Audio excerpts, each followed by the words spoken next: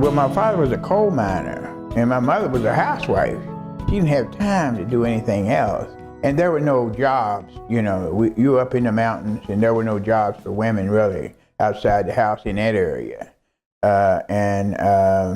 But we were poor people, you know. We were what you call dirt poor.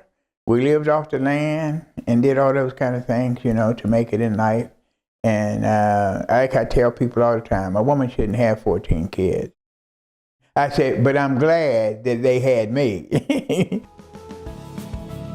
I mean, she had to wash clothes 3 times a week and hang them on the line and do all those kind of things. I mean, it was really bad. And then at that time, see, washing clothes was outside.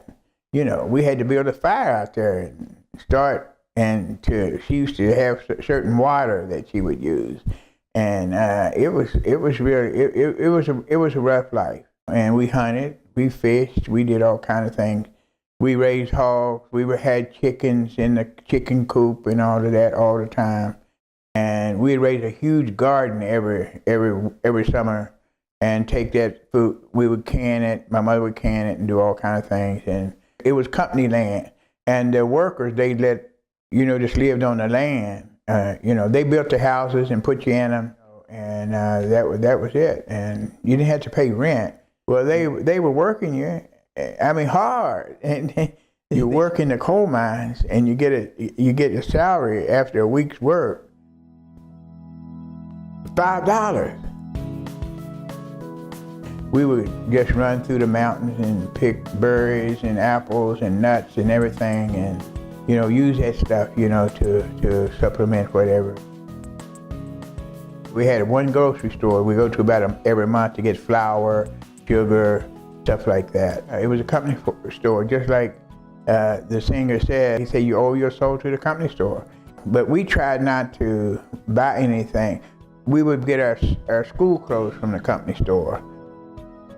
It was well integrated. Yeah, the people on both sides of us were Caucasian, European.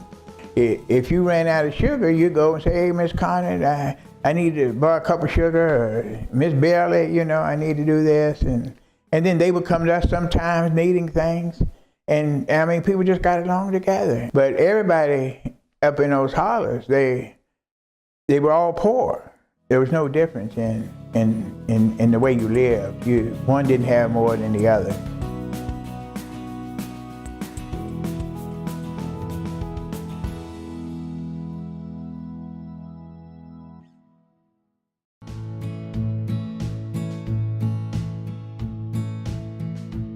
From Tennessee, Dayton, Tennessee, and they came from a large family. There was a large family there. Yeah. No, he was from North Carolina, and he left home, I understand, when he was like about 10 years old looking for employment, and he got to West Virginia. He was probably there in those coal mines by the time he was 15. But he was living up in the coal field countries, and her sister was up there, married and had a family.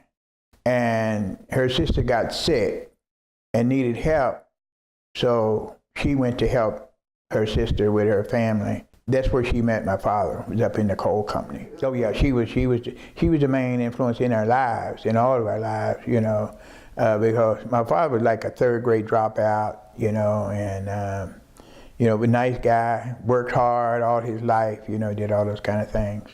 But he was the main person in our lives, that influenced us greatly on how to treat people, how to act, do those kind of things. Mm-hmm.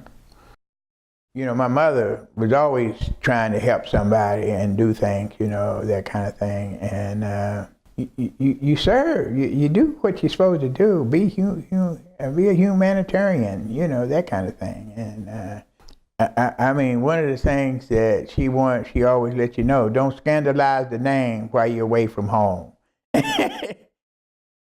One thing about childhood was that Thanksgiving and Christmas, families and friends would come in, to visit, especially Christmas.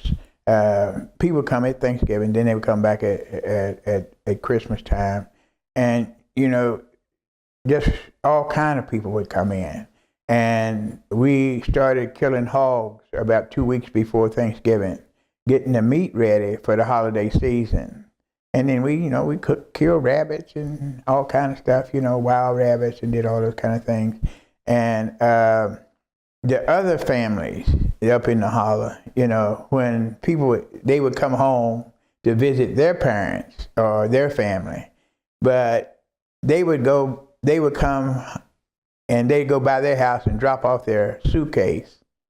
They would come to the Robinson house, and if they were in town 80 hours, they spent almost 60 of them at the Robinson house, just an example. Because at our house, you could take a little drink, you could play cards, not gamble, but bid whist and different kind of card games and stuff.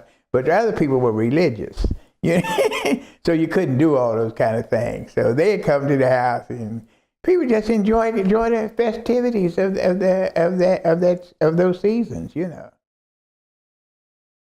It was 9 boys that lived to adulthood, and all 9 boys spent time in the military.